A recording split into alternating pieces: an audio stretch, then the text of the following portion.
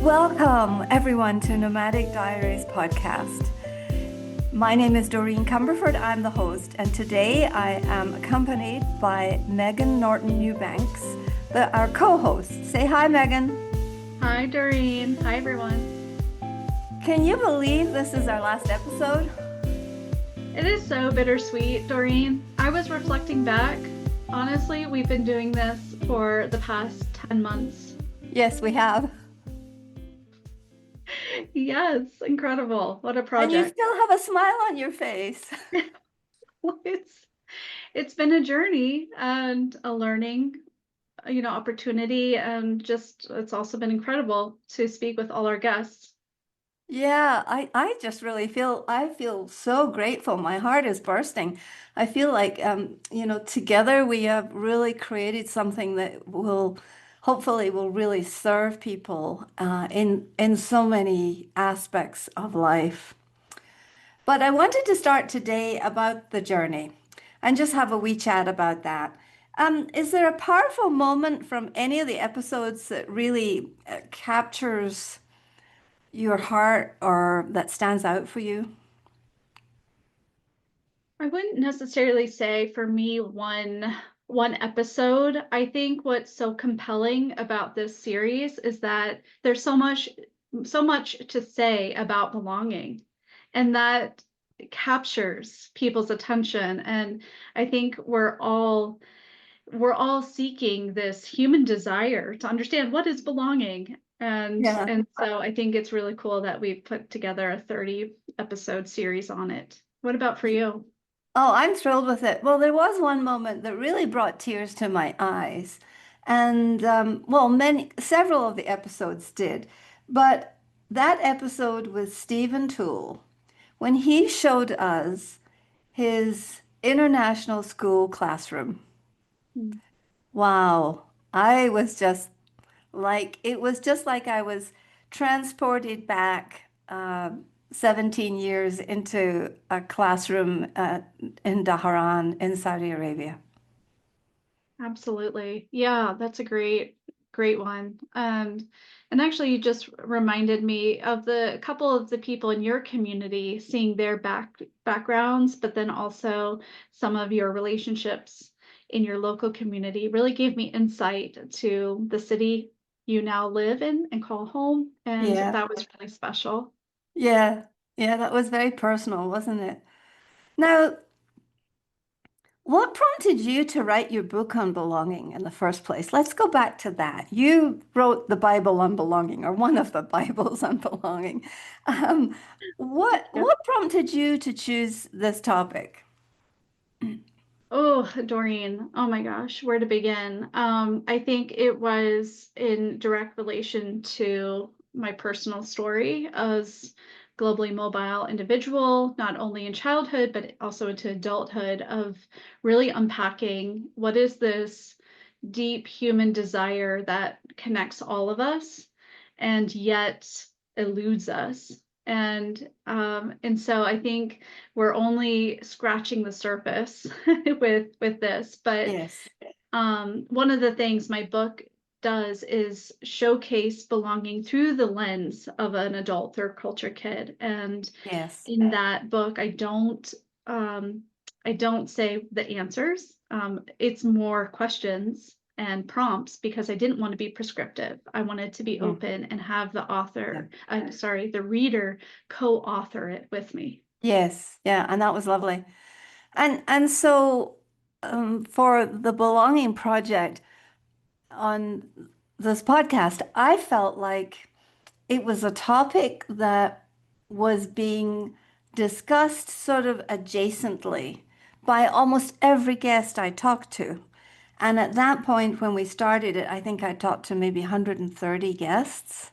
And whether we were talking about deep culture or whether we were talking about cross-cultural communication or competency, or whether we're talking about repatriation, no matter the subject, belonging always occurred. And so I thought, everybody wants to talk about belonging, but I wasn't really conscious that so many people could talk about it so passionately. Absolutely, Doreen. And What do you find that surprised you about some of the key themes that may have emerged that you can talk about? I would say that there's a universality to this topic of belonging, and that's the glue that connects each of us as humans, no matter what our story is, no matter whether we are monocultural or cross-cultural and multicultural. I would say that it's people are hungry right now for belonging in so many ways. And I felt like it was important to encourage us all to be more creative about the topic. And so, there's a bit of a gap between the external success and how we do belonging and how we take action and what we join in the outside world. But then there's a mirror image to that, which I think is reflected from our soul. And I wanted to be able to better articulate and have guests articulate that connection. How Mm. about you? I like what you said about better articulating. And I think that for me, what I have found in listening to these guests and also in reading up on belonging, there's a difference between connection to and connection with. Yes. And I find that with speaking with younger generations, sometimes it's connection too. For example, even on social media, are we connected to each other on Instagram? And are we Facebook friends or LinkedIn connections?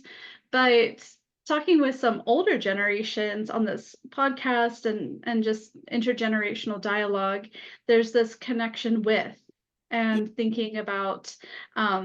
investment and reciprocity. And so I think that that's a distinction that's emerged for me.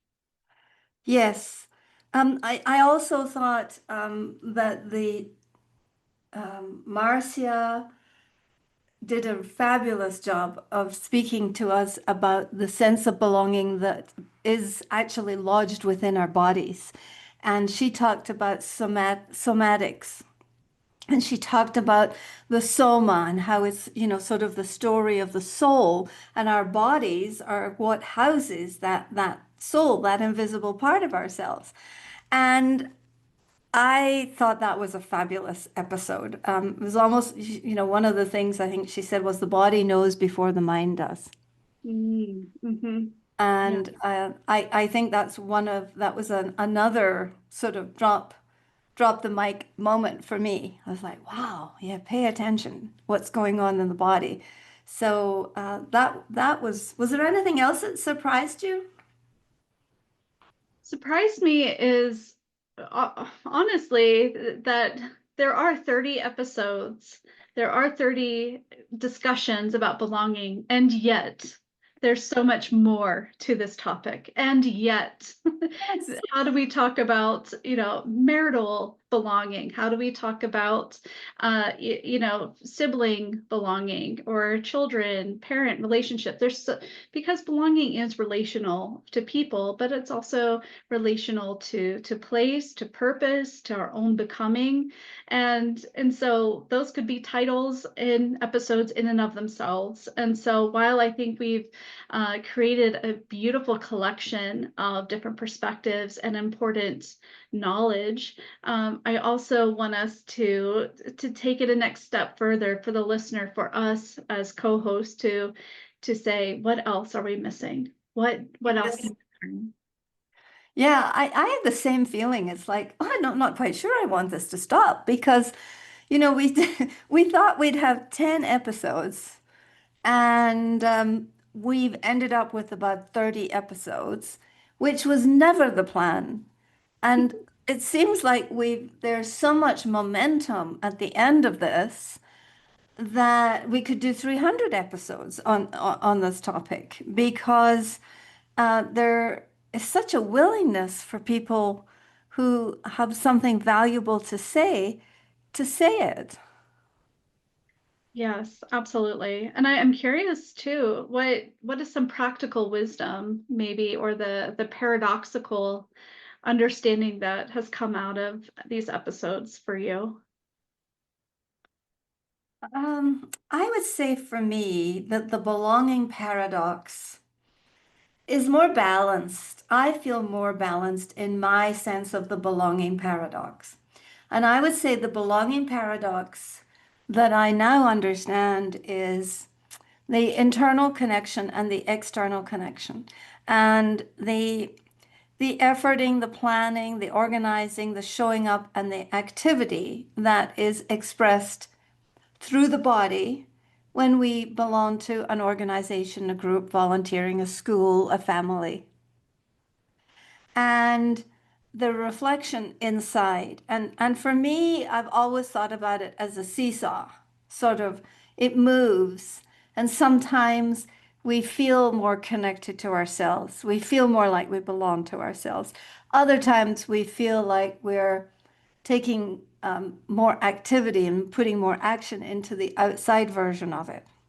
And I would say at the end of this series, I feel very balanced. Personally, I do see it as a paradox, but now I am at a place of equilibrium.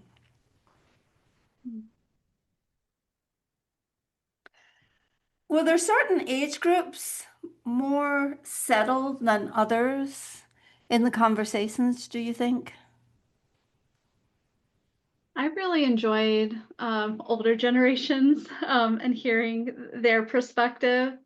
I think that wisdom that I heard from those guests like Lois and Ruth certainly was about this understanding that belonging is going to evolve and it's going to change. And it's not something that happens to us, but we have the agency, we have the autonomy to invest. One of the things that I think it stays with me is is in all of these messages that we don't we don't belong everywhere. We don't belong anywhere. Um, like that expression, everywhere and nowhere. Um, I think it's true, but if that's the mindset you have about belonging, it's going to be very lonely. Um, Yes. and so I I think to reframe from the older generation is that everyone belongs somewhere. And Mm, and it doesn't have to be necessarily that somewhere forever, but when it does change, when communities change, whether we leave or someone leaves, it's on us. It's in our power to then reinvest and reevaluate and to yeah. see our self-awareness for how we actually do belong. Yes. Yes. That's interesting. Um, I would say that in listening to all the guests, I did feel or I sensed that in some of our younger guests, especially at the beginning, we talked to Maria Suazo and we talked to Beatrice and we talked to Tayo and we talked to Melky, remember? And we sort of started off in that field. And of course, number one, the language is different. Mm, The way we discuss it is different. And their approach almost felt more technical to me. And I thought that was very interesting. And I wonder if that's partly the effects of growing up with technology rather than growing up and then having technology installed after you're 40 years old or something. And so that was quite marked to me. And I think as the series went along, we kind of started to feel our way and grow wings on what sort of questions did we need to lean into and what kind of wisdom could we pull out of these people. And it seemed to evolve and take on a life of its own. And that really was part of the paradox of just being in the moment and allowing all these amazing beings to express their sense of belonging or lack of belonging or painful experience. I mean, like Sion's was very painful. And we listened, with tears in our eyes to some stories. Would you agree? Absolutely. And well said. There was an evolution of over the 10 months of how even we facilitated conversations and created Yeah. space. Yeah. I almost want to say like the beginning, and maybe listeners will pick up on this. Some were very transactional, like ask a Yeah. question, here's the answer. Ask Yeah. a question, here's the answer. And in some, there was more space. And to your point about technical language, I think because belonging is a buzzword, especially now in corporate spaces and workplace phenomenons, sometimes we do give canned answers, and Yes. but I think the magic is that we created space to unpack that and say, what does that really mean to you personally? Yeah. And yeah, and I think of the lighthearted episode, like Andrea, we're talking about fashion and belonging in fashion. So Yeah. there's a whole spectrum of emotions and Yeah. react. I think with Yeah. And we laughed our way through that. And then the ones that we talked about music and food. We did these little mini episodes um so that people could have a break and not listen to keep listening to very, very long episodes. Um, I love the parts that where there were concrete practices that people shared with us. That meant a lot to me. And Ruth Van Reken brought a lot of that out, about just taking a beat and pausing. Um, I think that also Andrea Schmidt reminded us of why we go overseas and the benefits of raising children as third culture kids overseas. And I thought that that was so appropriate to finish that fun episode on that note.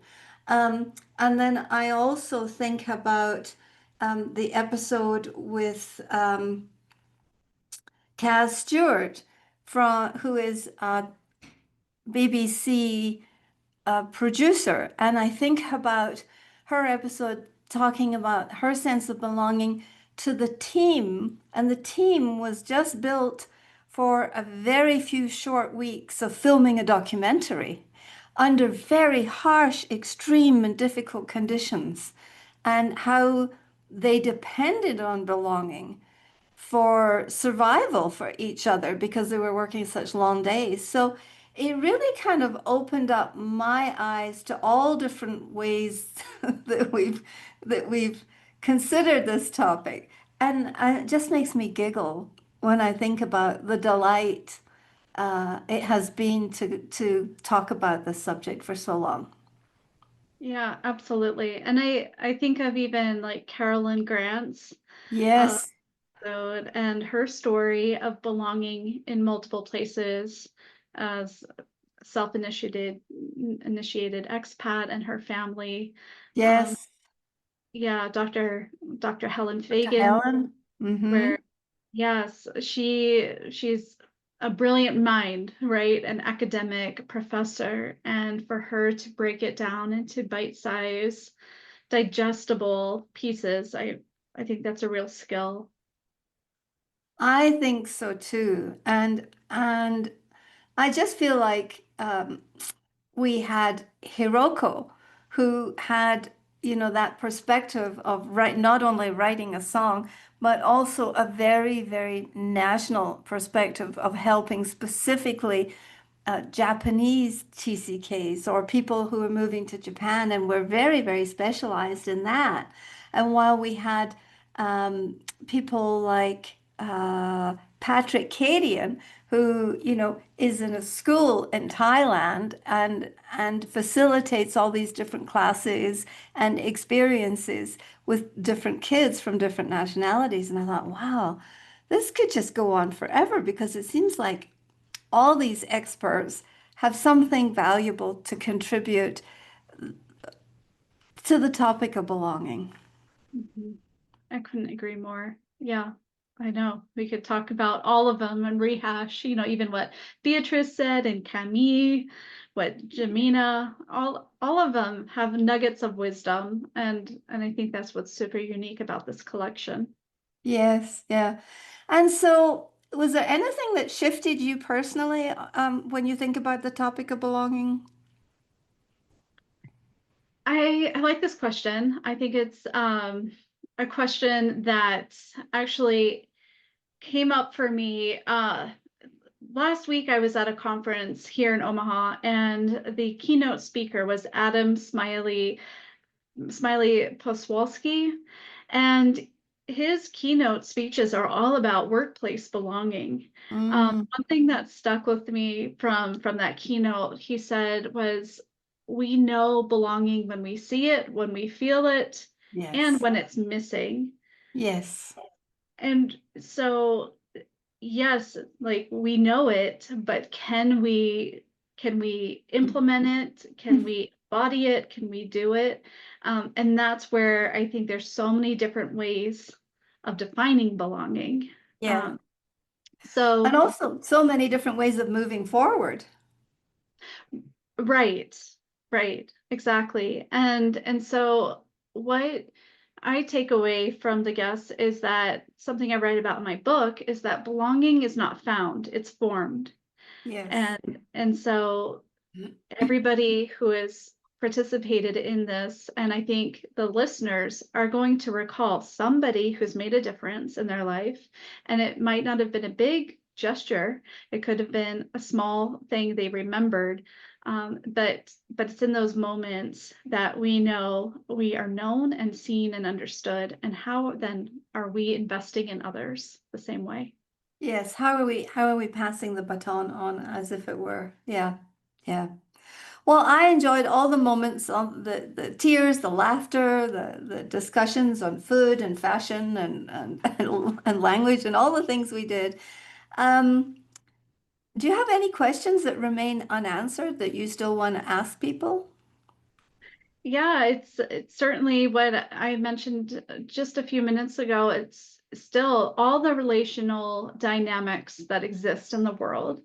How does belonging show up in those? And Mm, mm, what's yeah. important to people, Yes. what's Yeah. significant. And so yeah, I think the series could become multi-series through all of No that. promises. Let's just get this Yeah, one out. we need break. We need break. But Series one, but stay tuned. There may be a two. what about for you, Doreen? Um, well, looking forward, I really feel like it helped me develop confidence in my belonging as a podcaster. And that um, numbers are not important. It's the quality of the communication and the stories, the silly stories, the funny stories, the sad stories. It's it's the articulation of that that is building meaning in our lives every day. And as we build that meaning, I think the meaning is part of the connectivity of belonging. Absolutely. Yeah. So that's And what my hope is that you listeners will take away from this that um, the deep, heartfelt connection that Megan and I have experienced with many of these guests over time. And we sit here with coffee and water in hand, and we've just really hoped that this will give you listeners an opportunity to connect to one of the stories or three of the stories, or make a difference in your life in some way. I love that takeaway, Doreen. What did you learn anything about yourself in the process other than the fact that you had to put up with a an elderly partner? No way, Doreen. You're a master podcaster. You were telling me all the ins and outs in the background that goes into just one single episode, and I applaud you for all the episodes you've put out. You've built out a beautiful podcast platform with so many interesting guests. Well, thank Yeah. you. Thank you. I hope you'll continue to listen along and see where the journey takes us. For now, listeners, we are putting these podcasts out in one short time frame. However, they will be on the website, and they will be available for your listening ears wherever you are at any time. I would just like to say that, we started with the idea of asking where strangers become neighbors and stories become bridges. And the last few episodes that you have listened to, um, we hope that you will continue to join us and follow and be part of the conversation so that we can serve you, collaborate with you, promote your work, your and your journey, and find out more about your sense of belonging. Doreen, thank you for the opportunity to come along on this journey with you because, yeah, something I think I've learned about myself is that you can belong in an environment with a podcast host, and you're creating a culture of Yeah, belonging together. And so I think we've really learned how to understand even when we have the video, our body language of it's your turn now, it's my turn. So yeah. uh, yeah, belonging can be in so many different ways and so layered. And so it's really a practice rooted in courage. It is a practice rooted in courage. That's a lovely way to put it. And it's a lovely practice of dance. And I appreciate you being such a great sport and being so willing and spending so much of your time and your energy and your talent and your connections with Nomadic Diaries and with the Belonging series. And I look forward to many fun collaborative moments in the future. I would Yeah. also like to acknowledge our sound engineer, who's Pradeep, and our angel producer in the background, John Palmer.